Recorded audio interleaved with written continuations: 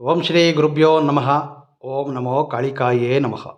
ವೀಕ್ಷಕರಿಗೆಲ್ಲ ಶ್ರೀ ಅಂಬಾ ಭವಾನಿ ಜ್ಯೋತಿಷ್ಯಂ ಚಾನಲ್ಗೆ ಆತ್ಮೀಯವಾದ ಸ್ವಾಗತ. ನನ್ನ ಅನೇಕ ವೀಕ್ಷಕರು ಕರೆ ಮಾಡಿ ಮತ್ತು ಕಾಮೆಂಟ್ಗಳಲ್ಲಿ ವಿಚಾರಣೆ ಮಾಡಿರ್ತಕ್ಕಂತಹ ಹೆಚ್ಚಿನ ಸಂಖ್ಯೆಯಲ್ಲಿ ಹೇಳಿಕೊಂಡಿರ್ತಕ್ಕಂತಹ ಸಮಸ್ಯೆ ಎಂದರೆ ಕುಟುಂಬದಲ್ಲಿ ಸಂತೋಷವಾಗಿರ್ತಕ್ಕಂತಹ ದಾಂಪತ್ಯ ಜೀವನದಲ್ಲಿ ಪರಸ್ತ್ರೀ ಅಥವಾ ಪರಪುರುಷನ ಪ್ರವೇಶದಿಂದ ದಂಪತಿಗಳ ನಡುವೆ ಕೆಲವೊಂದು ಭಿನ್ನಾಭಿಪ್ರಾಯಗಳು. ಪತಿ ಪರಸ್ತ್ರೀಯ ವ್ಯಾಮೋಹದಲ್ಲಿದ್ದಾರೆ ಅಥವಾ ಪತ್ನಿ ಪರಪುರುಷನ ವ್ಯಾಮೋಹದಲ್ಲಿದ್ದಾರೆ. ಈ ರೀತಿ ಹೆಚ್ಚಿನ ಸಂಖ್ಯೆಯಲ್ಲಿ ಕರೆ ಮಾಡಿ ಈ ಸಮಸ್ಯೆಗೆ ಯಾವುದಾದರೂ ಪರಿಹಾರವನ್ನು ತಿಳಿಸಿಕೊಡಿ, ನನ್ನ ಜೀವನವನ್ನು ಸರಿ ಮಾಡಿಕೊಳ್ಳಿ, ನಮ್ಮಿಬ್ಬರ ನಡುವೆ ಬಂದಿರತಕ್ಕಂತಹ ಆ ಮೂರನೇ ವ್ಯಕ್ತಿಯನ್ನು ದೂರ ಮಾಡುವಂತಹ ಯಾವುದಾದರೂ ತಂತ್ರ ಉಪಾಯಗಳನ್ನು ತಿಳಿಸಿಕೊಡಿ ಎಂದು ಅನೇಕರು ವಿಚಾರಣೆಯನ್ನು ಮಾಡಿರ್ತಾರೆ. ಹಾಗೆ ಇನ್ನು ಕೆಲವರು, ಗುರುಗಳೇ, ಬಹಳಷ್ಟು ದಿನಗಳಿಂದ ಪ್ರೀತಿಯಲ್ಲಿದ್ದಂತಹ ಪ್ರೇಮಿಗಳು ನಾವು, ಈ ಮಧ್ಯಕಾಲದಲ್ಲಿ ಮೂರನೇ ವ್ಯಕ್ತಿಯ ಪ್ರವೇಶವಾಗಿ ನನ್ನ ಪ್ರಿಯತಮೆ ಇರಬಹುದು ಅಥವಾ ಪ್ರಿಯಕರ ಇರಬಹುದು, ನಮ್ಮಿಬ್ಬರ ಜೀವನದಲ್ಲಿ ಆ ಮೂರನೇ ವ್ಯಕ್ತಿಯ ಪ್ರವೇಶವಾದ ನಂತರ ಇಬ್ಬರು ಬೇರೆ ಬೇರೆಯಾಗುವಂತಹ, ಅಂದರೆ ದೂರವಾಗುವಂತಹ ಅವಕಾಶಗಳು ಕಾಣ್ತಾ ಇದೆ. ನಮ್ಮಿಬ್ಬರ ನಡುವೆ ಬಂದಿರತಕ್ಕಂತಹ ಆ ಮೂರನೇ ವ್ಯಕ್ತಿ ದೂರವಾಗಿ ಮರಳಿ ನಮ್ಮ ಪ್ರೀತಿ ಜೀವನವು ಸುಖಮಯವಾಗಿರಲು ಯಾವುದಾದರೂ ಉಪಾಯವನ್ನು ತಿಳಿಸಿಕೊಡಿ ಎಂದು ಅನೇಕರು ವಿಚಾರಣೆಯನ್ನು ಮಾಡಿರ್ತಾರೆ. ಈ ದಿನ ಈಗ ತಿಳಿಸಿದಂತಹ ಸಮಸ್ಯೆಗೆ ಇಬ್ಬರ ಜೀವನದಲ್ಲಿ ಸಂತೋಷವಾಗಿರ್ತಕ್ಕಂತಹ ಇಬ್ಬರ ನಡುವೆ ಬಂದಿರುವಂತಹ ಆ ಮೂರನೇ ವ್ಯಕ್ತಿಯನ್ನು ದೂರ ಮಾಡುವಂತಹ ಒಂದು ತಾಂತ್ರಿಕ ಉಪಾಯವನ್ನು ತಿಳಿಸಿಕೊಡಲಿದ್ದೇನೆ. ಈ ಒಂದು ಉಪಾಯವನ್ನು ಯಾವುದೇ ಖರ್ಚಿಲ್ಲದೆ ಸ್ವತಃ ತಾವು ತಮ್ಮ ಕೈಗಳಲ್ಲೇ ಪ್ರಯತ್ನಿಸಬಹುದು. ತುಂಬ ಸರಳವಾಗಿ ಇರುವಂತಹ ಉಪಾಯವೇ, ಆದರೆ ಈ ಒಂದು ಉಪಾಯವನ್ನು ಯಾವುದೇ ದುರುದ್ದೇಶಗಳಿಗಾಗಿ ಬಳಸಿಕೊಳ್ಳಬಾರದು. ಈಗ ಹೇಳಿದಂತಹ ಸಮಸ್ಯೆಗಳು ನಿಮ್ಮ ಜೀವನದಲ್ಲಿದ್ದಲ್ಲಿ, ನೀವು ಇಂತಹ ಸಮಸ್ಯೆಗಳನ್ನು ಎದುರಿಸುತ್ತಿರೋದಾದರೆ ನೀವು ಈ ಉಪಾಯವನ್ನು ಪ್ರಯತ್ನ ಮಾಡಬಹುದು. ಈಗ ಅನೇಕರು ವಿಚಾರಣೆ ಮಾಡ್ತಾರೆ, ಇಬ್ಬರು ವ್ಯಕ್ತಿಗಳನ್ನು ದೂರ ಮಾಡ್ತಕ್ಕಂತಹದ್ದು ಪಾಪದ ಕಾರ್ಯವಲ್ಲವೇ? ಆದರೆ ಕೆಲವೊಂದು ಅನಿವಾರ್ಯ ಸಂದರ್ಭಗಳಲ್ಲಿ ಈ ರೀತಿಯ ಉಪಾಯಗಳನ್ನು ಪ್ರಯತ್ನಿಸಲೇಬೇಕಾಗಿರ್ತದೆ. ದಂಪತಿಗಳ ನಡುವೆ ಬಂದಿರತಕ್ಕಂತಹ ಪರಸ್ತ್ರೀ ಅಥವಾ ಪರಪುರುಷ ಪ್ರೇಮಿಗಳ ನಡುವೆ ಬಂದು ಇಬ್ಬರನ್ನು ದೂರ ಮಾಡುವಂತಹ ಉದ್ದೇಶದಿಂದ ನಿಮ್ಮಿಬ್ಬರ ಜೀವನದಲ್ಲಿ ಪ್ರವೇಶವಾಗಿರ್ತಕ್ಕಂತಹ ಆ ಮೂರನೇ ವ್ಯಕ್ತಿಯನ್ನು ದೂರ ಮಾಡುವುದು ಪಾಪದ ಕಾರ್ಯವೇ ಅಲ್ಲ.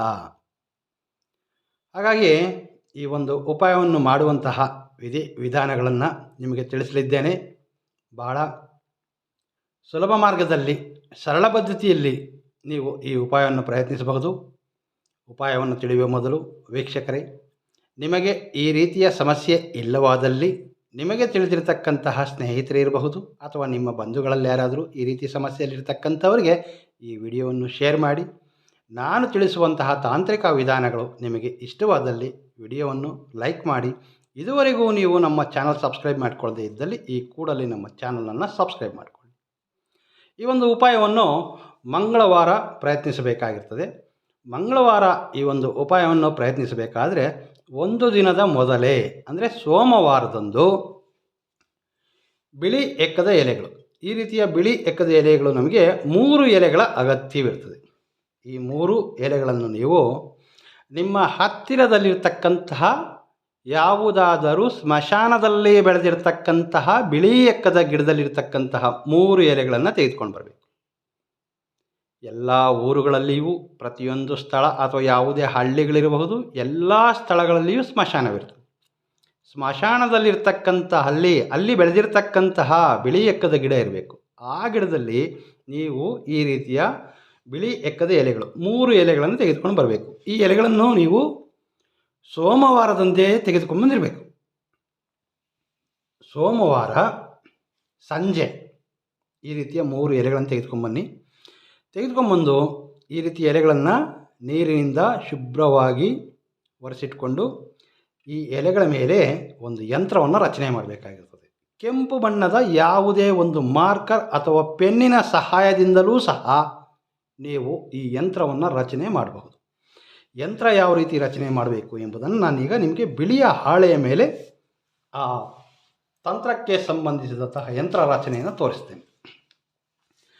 ಕೆಂಪು ಬಣ್ಣದಲ್ಲಿರತಕ್ಕಂತಹ ಯಾವುದೇ ಒಂದು ಮಾರ್ಕರ್ ಅಥವಾ ಪೆನ್ನಿನ ಸಹಾಯದಿಂದ ಈ ಒಂದು ಯಂತ್ರವನ್ನು ರಚನೆ ಮಾಡಬಹುದು. ಮೊದಲು ಒಂದು ಆಯತಾಕಾರವನ್ನು ರಚನೆ ಮಾಡಿಕೊಳ್ಬೇಕು. ಈ ರೀತಿ ಈ ಒಂದು ಉಪಾಯವನ್ನು ನೀವು ಮಂಗಳವಾರ ಸಂಜೆ 6ರಿಂದ ರಾತ್ರಿ 8:30 ಮಧ್ಯಕಾಲದಲ್ಲಿ ಪ್ರಯತ್ನ ಮಾಡಬೇಕಾಗಿರ್ತದೆ. ಮಂಗಳವಾರ ಸಂಜೆ 6ರಿಂದ ರಾತ್ರಿ 8:30 ಮಧ್ಯಕಾಲದಲ್ಲಿ ಈ ಒಂದು ಉಪಾಯವನ್ನು ಪ್ರಯತ್ನಿಸಬೇಕು.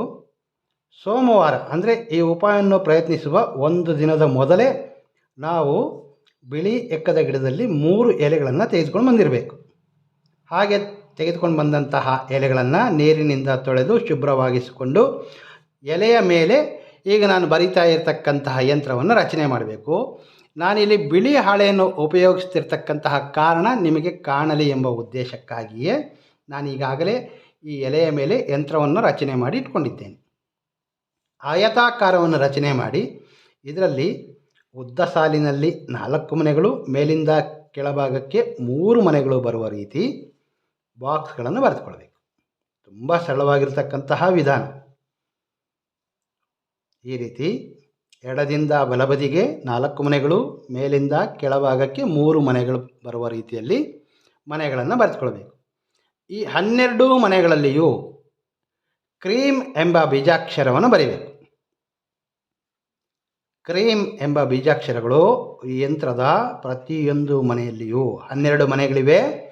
12 ಮನೆಗಳಲ್ಲಿಯೂ ಸಹ ನಾವು ಕ್ರೀಮ್ ಎಂಬ ಬೀಜಾಕ್ಷರವನ್ನು ಬರೆಯಬೇಕು. ಯಂತ್ರ ರಚನೆ ಮಾಡಲು ಕೆಂಪು ಬಣ್ಣದಲ್ಲಿರ್ತಕ್ಕಂತಹ ಪೆನ್ ಅಥವಾ ಮಾರ್ಕರ್ನ ಸಹಾಯದಿಂದ ನೀವು ಈ ಒಂದು ಯಂತ್ರವನ್ನು ರಚಿಸಿಕೊಳ್ಳಬಹುದು. 12 ಮನೆಯಲ್ಲಿಯೂ ಸಹ ಕ್ರೀಮ್ ಎಂಬ ಬೀಜಾಕ್ಷರವನ್ನು ಬರೆದುಕೊಳ್ಬೇಕು. ಮಂಗಳವಾರ ಸಂಜೆ 6ರಿಂದ ರಾತ್ರಿ 8:30 ಮಧ್ಯಕಾಲದಲ್ಲಿ ನೀವು ಈ ಯಂತ್ರವನ್ನು ರಚಿಸಿಕೊಳ್ಬೇಕಾಗಿರ್ತದೆ. ಈ ರೀತಿ ಯಂತ್ರದ 12 ಮನೆಯಲ್ಲಿಯೂ ಸಹ ಕ್ರೀಮ್ ಎಂಬ ಬೀಜಾಕ್ಷರವನ್ನು ಬರೆದುಕೊಂಡು ನಿಮ್ಮಿಬ್ಬರ ನಡುವೆ ಬಂದಿರತಕ್ಕಂತಹ ಆ 3ನೇ ವ್ಯಕ್ತಿಯ ಹೆಸರನ್ನು ಈ ಯಂತ್ರದ ಮೇಲ್ಭಾಗದಲ್ಲಿ ಬರೆಯಬೇಕು. ಪರಸ್ತ್ರೀ, ಪರಪುರುಷ, ನಿಮ್ಮ ಪ್ರೀತಿಯ ನಡುವೆ ಬಂದಿರತಕ್ಕಂತಹ ಆ 3ನೇ ವ್ಯಕ್ತಿಯ ಹೆಸರನ್ನು ನೀವು ಯಂತ್ರದ ಮೇಲ್ಭಾಗದಲ್ಲಿ ಬರೆಯಬೇಕಾಗಿರ್ತದೆ. ವೀಕ್ಷಕರೇ, ಇಲ್ಲಿ ಕೆಲವರು ಗುರುಗಳೇ ನಮ್ಮಿಬ್ಬರ ನಡುವೆ ಬಂದಿರತಕ್ಕಂತಹ ಆ 3ನೇ ವ್ಯಕ್ತಿಯ ಹೆಸರು ನಮಗೆ ತಿಳಿದೇ ಇಲ್ಲ, ಅದು ಅನಾಮಿಕನಾಗಿರ್ತಾನೆ. ಪರಸ್ತ್ರೀ ಅಥವಾ ಪರಪುರುಷ ನಮ್ಮ ಜೀವನದಲ್ಲಿದ್ದಾರೆ, ನಮ್ಮ ಪತಿ ಪರಸ್ತ್ರೀ ವ್ಯಾಮೋಹದಲ್ಲಿದ್ದಾರೆ ಅಥವಾ ನನ್ನ ಪತ್ನಿ ಪರಪುರುಷನ ವ್ಯಾಮೋಹದಲ್ಲಿದ್ದಾರೆ, ಆದರೆ ಆ ಒಂದು ವ್ಯಕ್ತಿಯ ಹೆಸರು ನಮಗೆ ತಿಳಿದಿಲ್ಲ. ಸೊ ಅಂಥವ್ರು ಏನು ಮಾಡಬಹುದು, ದೇವದತ್ತ ಎಂಬ ಪದವನ್ನು ತಾವು ಈ ಸ್ಥಳದಲ್ಲಿ ಬರೆಯಬೇಕಾಗಿರ್ತದೆ. ದೇವದತ್ತ ಎಂಬ ಪದವನ್ನು ಯಂತ್ರದ ಮೇಲ್ಭಾಗದಲ್ಲಿ ರಚನೆ ಮಾಡಿ. ನಿಮಗೆ ಆ ವ್ಯಕ್ತಿಯ ಹೆಸರು ತಿಳಿದಿದ್ದಲ್ಲಿ ಆ ವ್ಯಕ್ತಿಯ ಹೆಸರನ್ನು ನೀವು ಈ ಯಂತ್ರದ ಮೇಲ್ಭಾಗದಲ್ಲಿ ರಚನೆ ಮಾಡಬೇಕು. ಈಗ ನಾನು ಬರೆದಿರ್ತಕ್ಕಂತಹ ಈ ಯಂತ್ರವನ್ನು ತಾವು ಈ ರೀತಿ ಬಿಳಿ ಎಕ್ಕದ ಎಲೆಯ ಮೇಲೆ ಸೋಮವಾರ ಸಂಜೆ ಎಕ್ಕದ ಎಲೆಗಳನ್ನು ತೆಗೆದುಕೊಂಡು ಬಂದಿರಬೇಕು. ನಿಮ್ಮ ಹತ್ತಿರದಲ್ಲಿ ಯಾವುದೇ ಒಂದು ಸ್ಮಶಾನದಲ್ಲಿ ಬೆಳೆದಿರ್ತಕ್ಕಂತಹ ಬಿಳಿ ಎಕ್ಕದ ಗಿಡದಲ್ಲಿ 3 ಬಿಳಿ ಎಕ್ಕದ ಎಲೆಗಳನ್ನು ತೆಗೆದುಕೊಳ್ಬೇಕು. 3 ಎಲೆಗಳ ಮೇಲೂ ಸಹ ನಿಮಗೆ ಕಾಣಲಿ ಎಂಬ ಉದ್ದೇಶಕ್ಕೆ ನಾನಿಲ್ಲಿ ಬಿಳಿಯ ಹಾಳೆಯನ್ನು ಬಳಸಿದ್ದೇನೆ. ನಿಮಗೆ ಇದರಲ್ಲೂ ಸಹ ಕಾಣ್ತಾ ಇರಬಹುದು. 3 ಎಲೆಗಳಲ್ಲಿಯೂ ಸಹ ನಾನು ಒಂದೇ ರೀತಿಯಾದಂತಹ ನಾನು ಏನು ನಿಮಗೆ ಈಗ ಬರೆದು ತೋರಿಸಿದ್ದೇನೆ, ಇದೇ ಯಂತ್ರವನ್ನು ನಾನು 3 ಎಲೆಗಳ ಮೇಲೆ ರಚನೆ ಮಾಡಿದ್ದೇನೆ. ಎಲ್ಲವೂ ಅಂದರೆ ನೋಡಿ ಒಂದೇ ರೀತಿ, ತೋಟಗಳೆಲ್ಲವೂ ಸಹ ಒಂದೇ ರೀತಿ ಬರುವ ರೀತಿ ನೀವು ಈ ರೀತಿ 3 ಎಲೆಗಳನ್ನು ಸಿದ್ಧ ಮಾಡಿಕೊಳ್ಳಬೇಕು.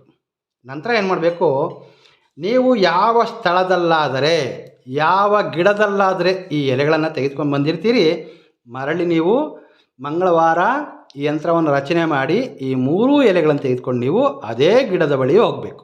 ಯಾವ ಗಿಡದಲ್ಲಾದರೆ ನೀವು ಈ ಎಲೆಗಳನ್ನು ತೆಗೆದುಕೊಂಡು ಬಂದಿರ್ತೀರಿ ಅದೇ ಗಿಡದ ಬಳಿಗೆ ಹೋಗಿ ಆ ಎಕ್ಕದ ಗಿಡದ ಬುಡದ ಬಳಿ ಆ ಗಿಡದ ಆ ಬುಡದಲ್ಲಿ ನೋಡಿ ಈ ರೀತಿ ನೀವು 3 ಎಲೆಗಳನ್ನು ಇಡಬೇಕು.